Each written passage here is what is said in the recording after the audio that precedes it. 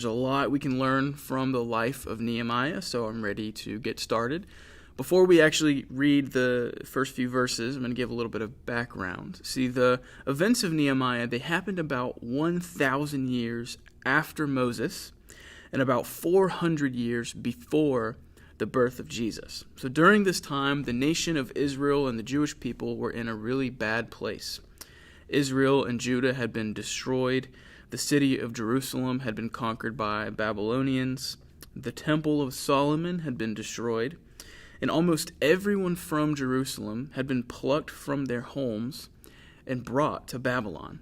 So they were there in Babylon in captivity, living, and they were there for 70 years. 70 years they were in Babylon. And then the king said, okay, you guys, you can leave. You're free to go. But only a very small number actually went back home to the promised land. A large number of them actually stayed.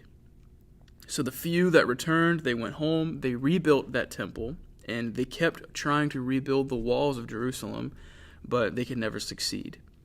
So we're going to read Nehemiah chapter 1, verses 1 through 4. It says, "The words of Nehemiah, the son of Hakaliah. Now it happened in the month of Kislev in the 20th year, as I was in Susa the citadel, that Hanani, one of my brothers, came with certain men from Judah, and I asked them concerning the Jews who escaped, who had survived the exile, and concerning Jerusalem. And they said to me, the remnant there in the province who had survived the exile is in great trouble and shame. The wall of Jerusalem is broken down, and its gates are destroyed by fire.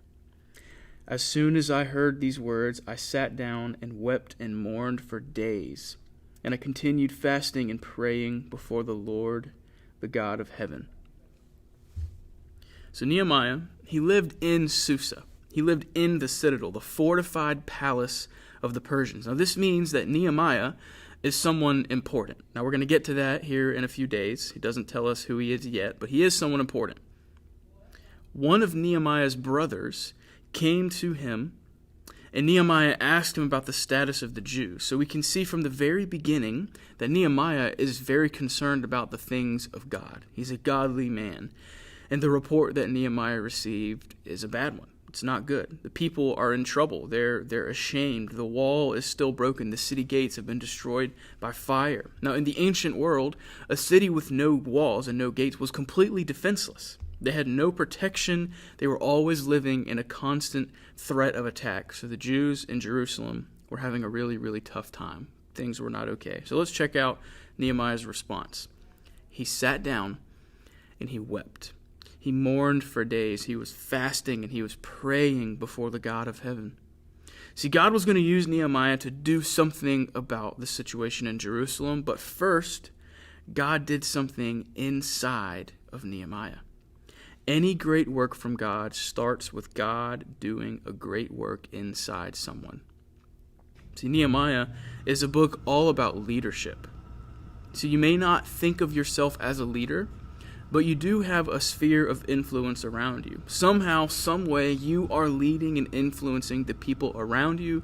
And the question is this: are you a good leader? Are you a godly leader? Or are you a bad leader? And as a leader, Nehemiah, he recognized the great need in the world around him, and he was moved by God to do something about it. Now, if we would all take a moment to stop and just to look around, we could all find some sort of need that needs to be met. So when is the last time you stopped and you looked at the world around you and you tried to figure out what type of need is there and how you can meet that need? Are there people in need that are close to you? Is there something that you can do to make a difference? The answer is yes, you just have to see it. And when you see it, you should meet that need. That is exactly what Nehemiah did. But look at what Nehemiah's very first move was after his heart was broken by the state of Jerusalem. His very first move was this: he fasted and he prayed. And we should all be looking around ourselves for someone in need or something that we can do. But before you act on it, pray about it first. Go to God in prayer. Seek God's direction first. Now that's a great lesson that we can all learn from the life of Nehemiah. And I'll see y'all tomorrow for another look